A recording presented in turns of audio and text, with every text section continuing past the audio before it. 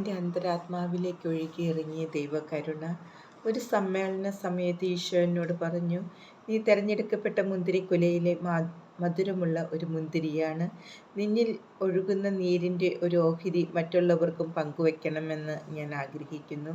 വ്രതവാഗ്ദാന നവീകരണ സമയത്ത് ഈശോനാഥനെ അൾത്താരയുടെ വചനം വായിക്കുന്ന വശത്ത് ഞാൻ കണ്ടു. സ്വർണ്ണ ബെൽറ്റുള്ള വെള്ള വസ്ത്രമണിഞ്ഞ് കയ്യിൽ ഭീതി ജനിപ്പിക്കുന്ന ഒരു വാളും പിടിച്ചിരുന്നു.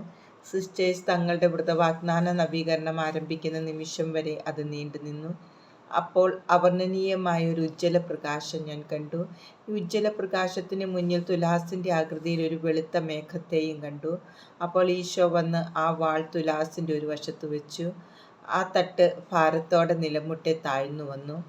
അപ്പോൾ തന്നെ സിസ്റ്റേഴ്സ് അവരുടെ വ്രതവാഗ്ദാന നവീകരണം പൂർത്തിയാക്കി.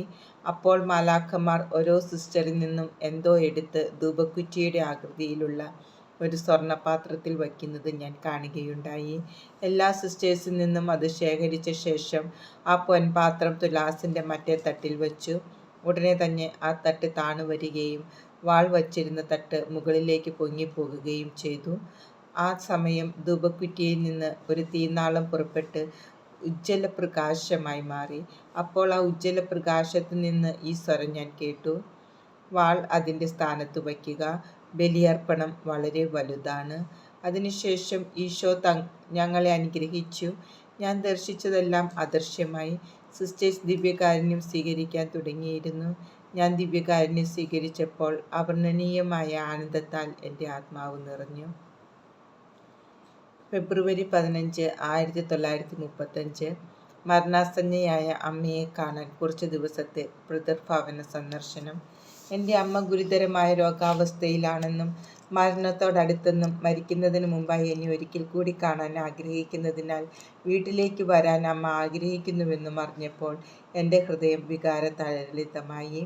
അമ്മയെ ആത്മാർത്ഥമായി സ്നേഹിക്കുന്ന ഒരു കുഞ്ഞിനെ പോലെ ഞാൻ അമ്മയുടെ ആഗ്രഹം സഫലീകരിക്കാൻ ആശിച്ചു. എന്നാൽ ഈ ആഗ്രഹം ദൈവത്തിന് വിട്ടുകൊടുത്തുകൊണ്ട് അവിടുത്തെ തിരുമനസ്സിന് പൂർണ്ണമായും കീഴ്പ്പെട്ടു. എൻ്റെ ഹൃദയവേദന അവഗണിച്ച് ദൈവ തിരുമനസ്സിന് കീഴ്വഴങ്ങി. എൻ്റെ നാമധേയ തിരുനാൾ ദിവസം രാവിലെ ഫെബ്രുവരി 15 മദർ സുപ്പീരിയർ എൻ്റെ വീട്ടിൽ നിന്നുള്ള രണ്ടാമത്തെ എഴുത്ത് എനിക്ക് തന്നുകൊണ്ട് എൻ്റെ പിതൃഭവനത്തിൽ പോയി മരണാസന്നയായ അമ്മയുടെ അപേക്ഷയും ആഗ്രഹവും നിറവേറ്റുവാനുള്ള അനുമതി എനിക്ക് തന്നു. ഉടനെ തന്നെ യാത്രയ്ക്ക് ആവശ്യമായ ഒരുക്കങ്ങൾ ആരംഭിച്ചു. വൈകിട്ട് വിൽന്യൂസ് വിട്ടു. രോഗിയായ അമ്മയ്ക്ക് വേണ്ടി രാത്രി മുഴുവൻ പ്രാർത്ഥിച്ചു. സഹനത്തിൻ്റെ യോഗ്യത അല്പം പോലും നഷ്ടപ്പെടുത്താതിരിക്കാനുള്ള കൃപ അമ്മയ്ക്ക് ലഭിക്കാനായി ഞാൻ ദൈവത്തോട് അപേക്ഷിച്ചു. എൻ്റെ സഹയാത്രക്കാർ വളരെ അനുകമ്പയുള്ളവരായിരുന്നു. മരിയൻ സൊഡാലിറ്റിയിൽ അംഗങ്ങളായ ധാരാളം സ്ത്രീകൾ എൻ്റെ കൂടെ കമ്പാർട്ട്മെൻറ്റിലുണ്ടായിരുന്നു.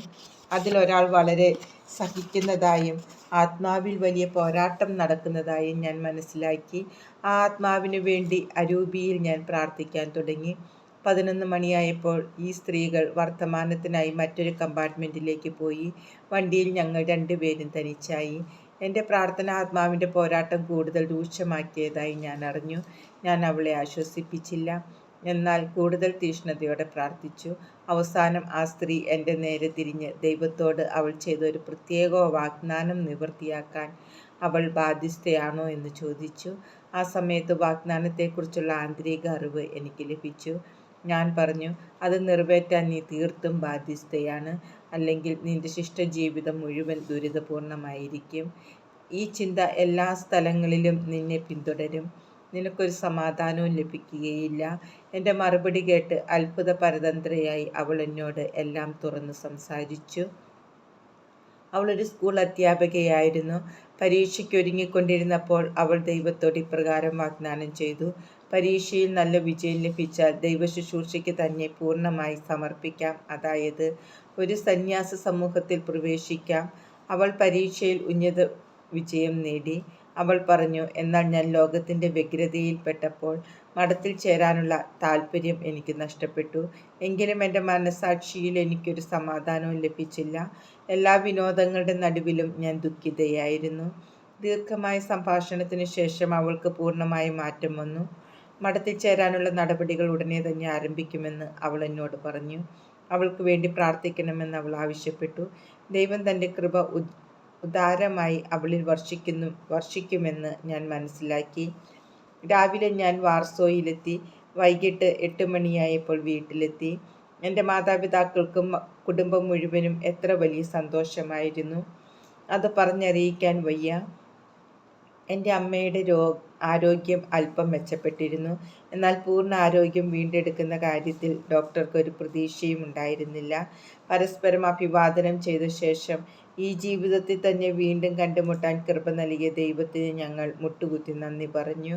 എൻ്റെ പിതാവ് പ്രാർത്ഥിക്കുന്നത് കണ്ടപ്പോൾ മഠത്തിൽ ഇത്രയേറെ വർഷമായിരുന്നിട്ടും അത്രമാത്രം ആത്മാർത്ഥതയോടും വികാര തീവ്രതയോടും കൂടി പ്രാർത്ഥിക്കാൻ സാധിക്കാഞ്ഞതിൽ എനിക്ക് വളരെ ലജ്ജ തോന്നി. ഇപ്രകാരമുള്ള മാതാപിതാക്കളെ ലഭിച്ചതിൽ ഞാൻ ദൈവത്തിന് നിരന്തരം നന്ദി പറയുന്നു. 10 വർഷം കൊണ്ട് തിരിച്ചറിയാൻ പറ്റാത്ത വിധം എല്ലാറ്റിനും മാറ്റം വന്നിരിക്കുന്നു. പൂന്തോട്ടം വളരെ ചെറുതായിരുന്നു. ഇപ്പോൾ എനിക്കത് കണ്ടിട്ട് മനസ്സിലായില്ല. എൻ്റെ സഹോദരന്മാരും സഹോദരികളും കുട്ടികളായിരുന്നു. അവരെല്ലാം വളർന്ന് പ്രായപൂർത്തിയായി. ഞങ്ങൾ വേർപിരിഞ്ഞ ശേഷം അവരിൽ വന്ന വ്യത്യാസം കണ്ട് ഞാൻ അത്ഭുതപ്പെട്ടു. പള്ളിയിലേക്ക് എല്ലാ ദിവസവും സ്റ്റാൻലി എന്നെ അനുഗമിച്ചു. ദൈവത്തിന് അവനോട് വളരെ പ്രീതിയുള്ളതായി എനിക്ക് തോന്നി. അവസാന ദിവസം എല്ലാവരും ദേവാലയം വിട്ടു പോന്ന ശേഷം അവനോട് കൂടെ ദിവ്യകാരുണ്യ സന്നിധിയിൽ പോയി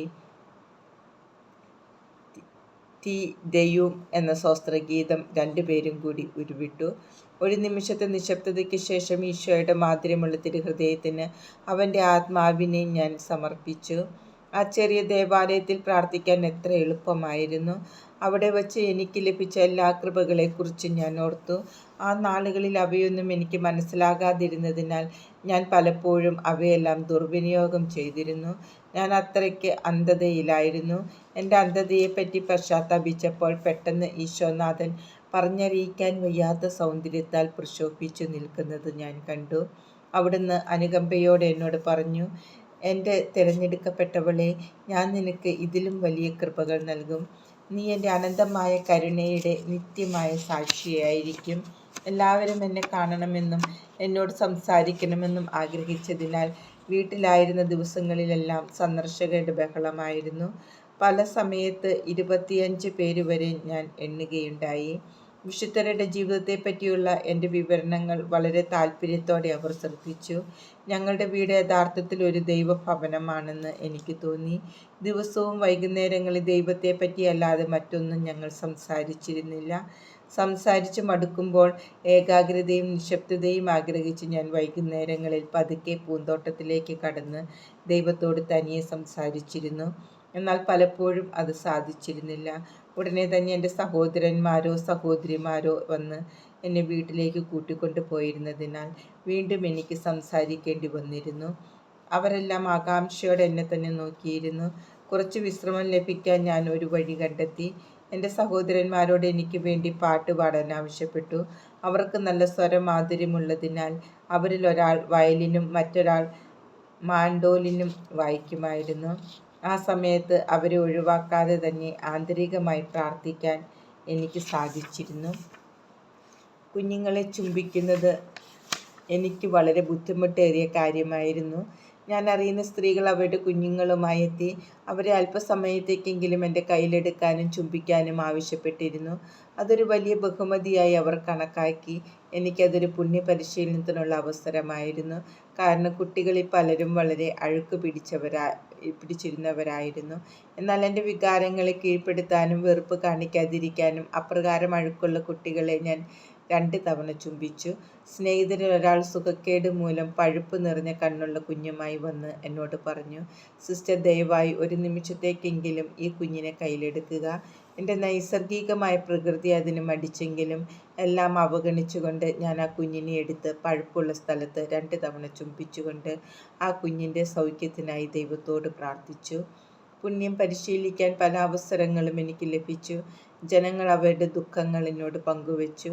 ഒരു ഹൃദയവും സന്തുഷ്ടമല്ലെന്ന് ഞാൻ കണ്ടു. എന്തെന്നാൽ ഒരു ഹൃദയവും ദൈവത്തെ യഥാർത്ഥത്തിൽ സ്നേഹിച്ചിരുന്നില്ല.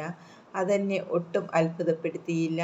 എൻ്റെ 2 സഹോദരിമാരെ കാണാൻ സാധിക്കാഞ്ഞതിൽ ഞാൻ വളരെ ദുഃഖിച്ചു. അവരുടെ ആത്മാവ് വലിയ അപകടത്തിലാണെന്ന് ആന്തരികമായി എനിക്ക് തോന്നി. അവരെപ്പറ്റി ഓർത്തപ്പോഴെല്ലാം എൻ്റെ ഹൃദയം കഠിനമായി വേദനിച്ചു.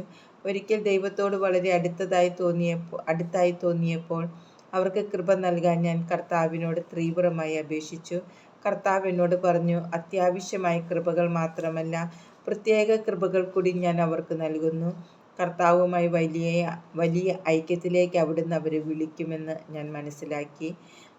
ഞങ്ങളുടെ കുടുംബത്തിൽ അത്ര വലിയ സ്നേഹം വ്യാപരിക്കുന്നതിൽ ഞാൻ വളരെയധികം ആനന്ദിച്ചു. എൻ്റെ മാതാപിതാക്കളെ വിട്ടു പോരുമ്പോൾ അവരുടെ അനുഗ്രഹത്തിനായി ഞാൻ അപേക്ഷിച്ചു. ദൈവകൃപയുടെ ശക്തി എൻ്റെ ആത്മാവിലേക്ക് വർഷിക്കുന്നതായി എനിക്ക് അനുഭവപ്പെട്ടു. കണ്ണീരോടെ പിതാവും മാതാവും എൻ്റെ തലതൊട്ടമ്മയും എന്നെ അനുഗ്രഹിക്കുകയും ദൈവകൃപയോട് വലിയ വിശ്വസ്തത ആശംസിക്കുകയും ചെയ്തു.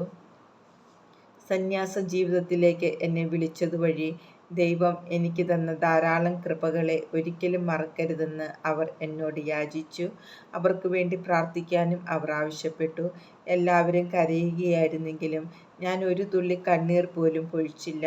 ധൈര്യമായിരിക്കാൻ ശ്രമിച്ചുകൊണ്ട്, എന്നാൽ പറ്റുന്ന വിധത്തിൽ അവരെ ആശ്വസിപ്പിച്ചു. വേർപിരിയലില്ലാത്ത സ്വർഗത്തെപ്പറ്റി അവരെ ഓർമ്മിപ്പിച്ചുകൊണ്ട് സ്വാന്തനപ്പെടുത്തി. സ്റ്റാൻലി കാറിൻ്റെ സമീപം വരെ എൻ്റെ കൂടെ വന്നു. നിഷ്കളങ്കരായ ആത്മാക്കളെ ദൈവം എത്രമാത്രം സ്നേഹിക്കുന്നുവെന്നും ഞാൻ അവനോട് പറഞ്ഞു. അവനെക്കുറിച്ച് ദൈവം എത്രമാത്രം സംപ്രീതനാണെന്നും ഞാൻ അവന് ഉറപ്പ് കൊടുത്തു. ദൈവത്തിൻ്റെ നന്മയെപ്പറ്റിയും നമ്മെപ്പറ്റിയുള്ള അവിടുത്തെ കരുതലിനെക്കുറിച്ചും ഞാൻ സംസാരിച്ചു കൊണ്ടിരുന്നപ്പോൾ ഒരു കൊച്ചുകുട്ടിയെപ്പോലെ അവൻ പൊട്ടിക്കരഞ്ഞു. ഞാനതിൽ അത്ഭുതപ്പെട്ടില്ല. കാരണം അവനൊരു നിഷ്കളങ്ക ആത്മാവായിരുന്നു. അവർക്ക് ദൈവത്തെ പെട്ടെന്ന് മനസ്സിലാക്കാൻ സാധിക്കും. കാറിൽ കടന്നിരുന്ന ശേഷം അടക്കി വച്ച വികാരങ്ങളെ ഞാൻ തുറന്നുവിട്ടു. ഒരു കുഞ്ഞിനെ പോലെ ഞാനും കരഞ്ഞു. ഞങ്ങളുടെ കുടുംബത്തിന് വളരെ അനുഗ്രഹങ്ങൾ നൽകിയതിൽ സന്തോഷിച്ച് ദൈവത്തിന് നന്ദി പറഞ്ഞ് പ്രാർത്ഥിച്ചു. വൈകിട്ട് ഞാൻ വാർസോയിലെത്തി. ആദ്യം ഞാൻ ഭവനത്തിൻ്റെ നാഥനെ, ദിവ്യകാരുണ്യ ഈശോയെ അഭിവാദനം ചെയ്തു. പിന്നെ സമൂഹാംഗങ്ങളെ കാണാൻ പോയി.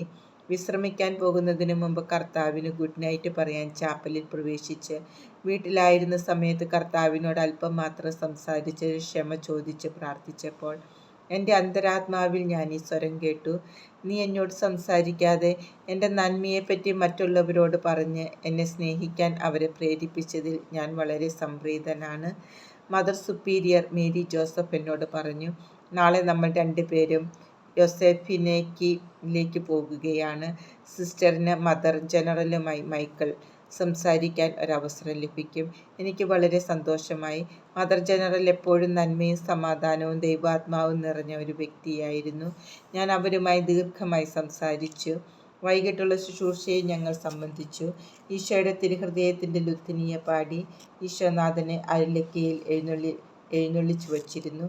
കുറച്ച് സമയത്തിന് ശേഷം തിരുവോസ്തിയിൽ നിന്ന് ഉണ്ണീശോ ഇറങ്ങി വന്ന് എൻ്റെ കയ്യിലിരിക്കുന്നത് ഞാൻ കണ്ടു.